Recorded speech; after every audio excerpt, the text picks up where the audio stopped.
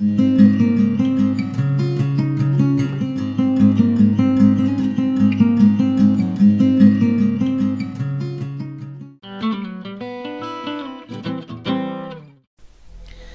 and welcome to LDF-Designs. In today's video I'm working on this solid piece of walnut. I've prepped it with some drywall compound mixed with some chalk paints. I'm going to be using some stencils and I'm also going to then be finishing this with Encaustic, using the Encaustic with the stencils. So that's what we're up to today.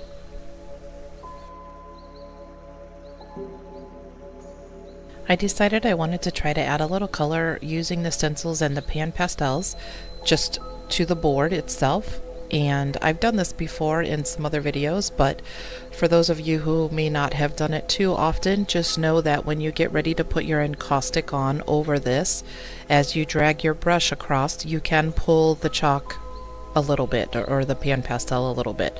That does happen, so if you know that, you can prepare ahead of time. I didn't really care if these got too messed up because I knew these were going to be underlayers and may or may not be showing later. I just wanted to add some pops of color so that as I built the piece, some of the color may show through.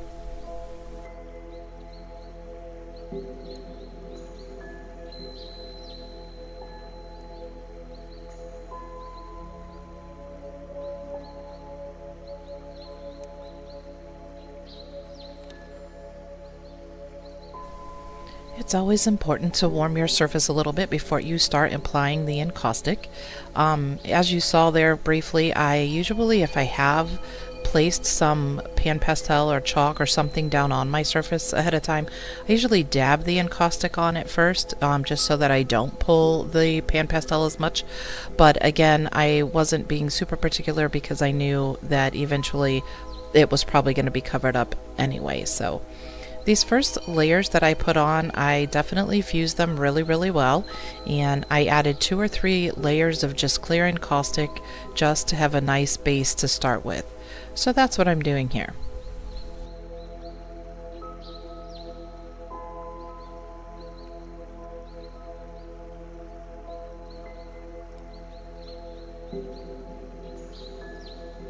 So I'm going to be using clear Encaustic, a homemade white Encaustic. I have an R&F Cerulean Gray, and then I don't know how to pronounce it, but I have a green. It's like a Celadon or Celadon. I don't know, maybe somebody can let me know how to pronounce that, but it's a real light green. And then I also have the beeswax, that local kind of orange beeswax that I picked up for those of you who may have seen some of my other videos. So I have that on my palette also. So those are all of the different colors that I'm using, and I'm kind of just putting a blend of colors on here to create some depth and some different character, color character as I build the piece.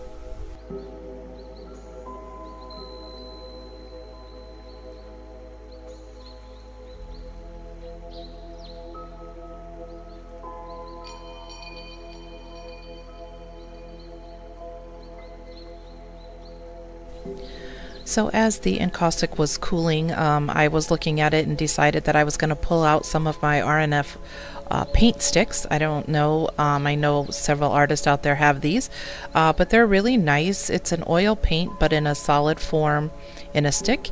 It does, as it sits, it just naturally cures, so it does get what they call a skin on it, and you do need to make sure that you take that off before you start using it on your surface.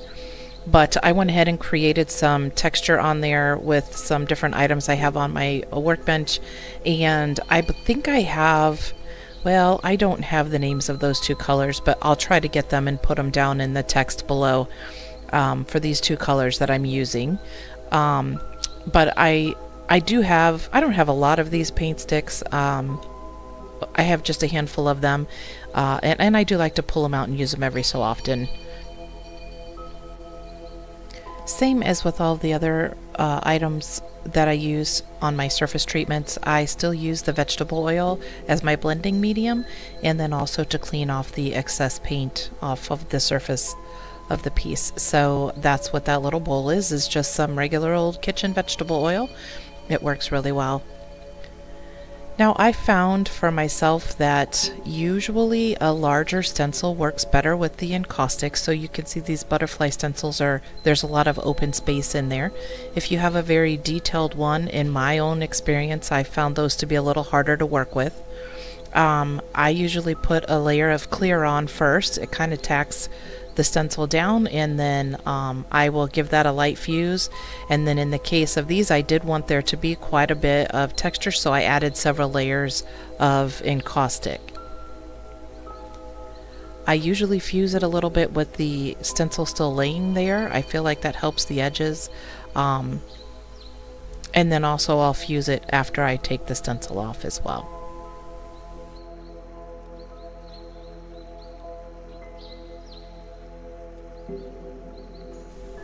I was trying to figure out how to add a little bit of texture and interest to these butterflies. I couldn't quite decide if I wanted to try to put a little black, but as soon as I put a little bit on there, I realized that wasn't really what I was looking for. So I went ahead and filled a couple of spots, but took it back off and pulled these R&F sticks back out and added more of those colors. And again, just kind of creating texture where I want it.